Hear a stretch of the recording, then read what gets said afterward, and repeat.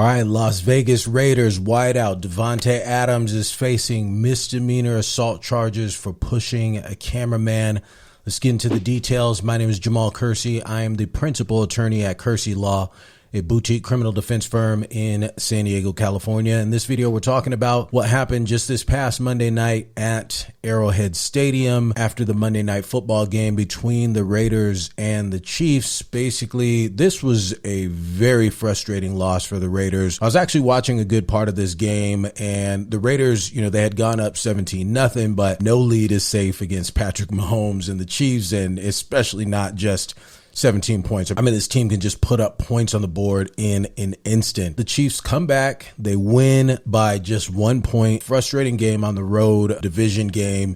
And so as the team is going back towards the tunnel to get to the locker room, there's video of this incident that ends up taking place, which has a cameraman basically crossing in front of Davante Adams' path. Adams then pushes the cameraman, and this causes him to fall backwards. Adams tweeted later this evening, and I think this is since a deleted tweet, but he says, "Sorry to the guy I pushed over after the game. Obviously very frustrated at the way the game ended, and when he ran in front of me as I exited, that was my reaction, and I felt horrible immediately. That's not me. My apologies, man. Hope you see this." He was actually interviewed by reporters after the game, I think in the locker room as well. And so he apologized again. And so this cameraman, his name is Ryan Zebley. He's a freelancer. He works for ESPN during Monday Night Football. This guy has already made his claim saying that he suffered whiplash, headaches, and a possible concussion as a result of Adams pushing him, which, sounds a little extreme because it wasn't the hardest push in the world, but hey, that's what he's saying. He actually had gone to a hospital afterwards, and he says that he suffered quote unquote non-life threatening injuries. Naturally, you're going to see all these opinions being tossed around about the push. Is it, just an athlete who just had a tough game and, made a mistake, or hey, holding these guys to a much higher standard, you have to be professional. You can't allow your emotions to get the best of you and be in this situation. But the other day, the news came out that Adams is actually facing criminal charges for this push. A copy of the citation ends up making it to the internet,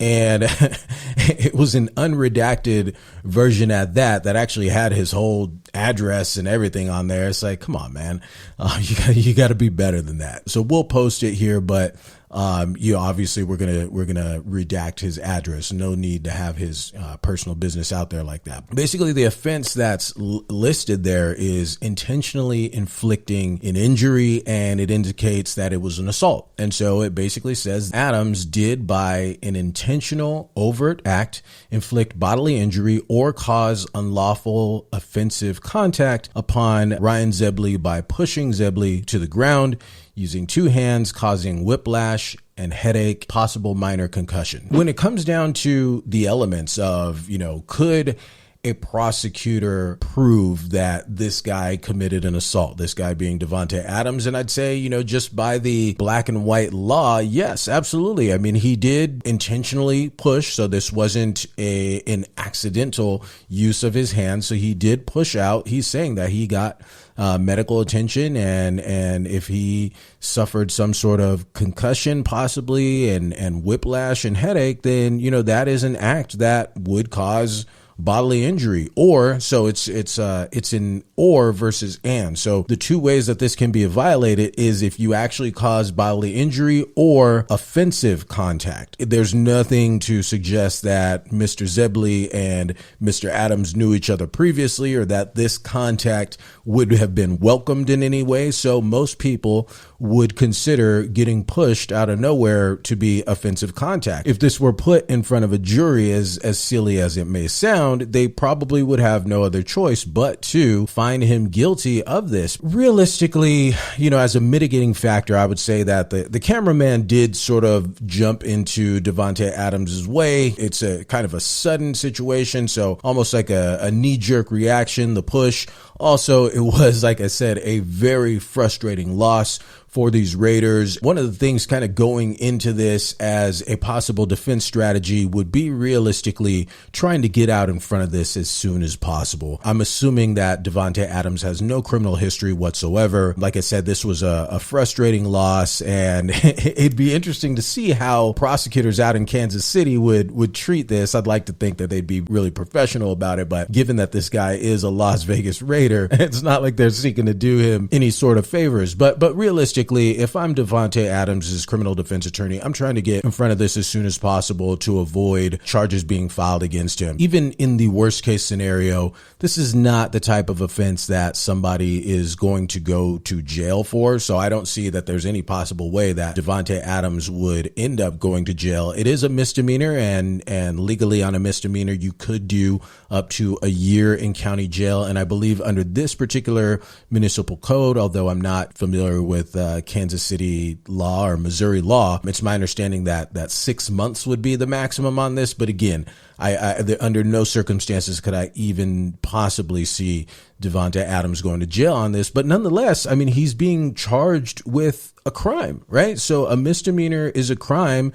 And for somebody with no criminal history, I'm sure, Davante would like to keep his record clean. One of the things that we would end up doing is collecting positive information. His coach has already come out saying that he's a good guy. This brief moment does not in any way reflect who he is as a person. We would probably go and collect all the positive information, letters of support, information that we could in order to ultimately convince the district attorney not to move forward with charges on this. What will probably end up happening is, because this guy has gone to immediately get medical attention, creating a documented file, there probably is going to be some sort of either demand letter for damages sent to him by a plaintiff's attorney, or even a lawsuit filed. Obviously, he's going to be seeking to get paid.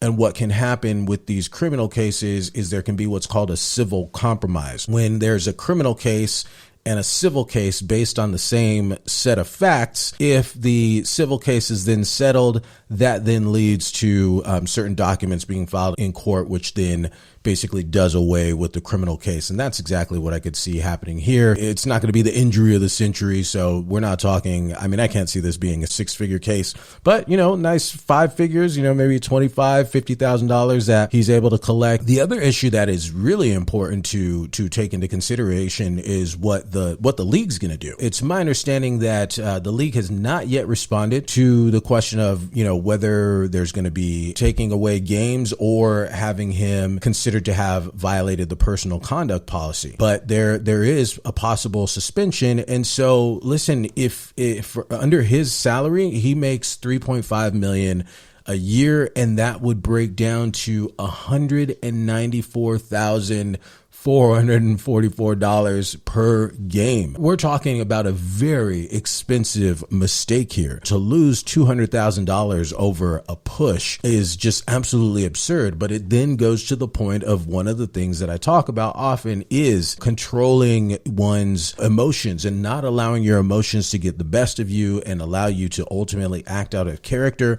Because whether you're making $200,000 per game or you make $50,000 a year, you still, if you allow your emotions to get the best of you and you act out and you end up getting either cited or arrested for assault or something even worse, those are the other things when we're, thinking just outside of conviction, no conviction, or jail or no jail. The other issues are how something like this could affect you professionally. Just a bad decision. I don't want to go overly harsh in the judgment of Davante Adams, but this just was a bad decision that I'm sure he wishes he could walk back. He made an initial immediate apology, and that's admirable, but that's not going to be enough to undo this thing. This whole civil issue might just happen behind closed doors, confidential settlement. So we'll probably not know exactly what comes of it, but it is a costly mistake for Davante Adams. Well, that's it for today. If you got something out of this,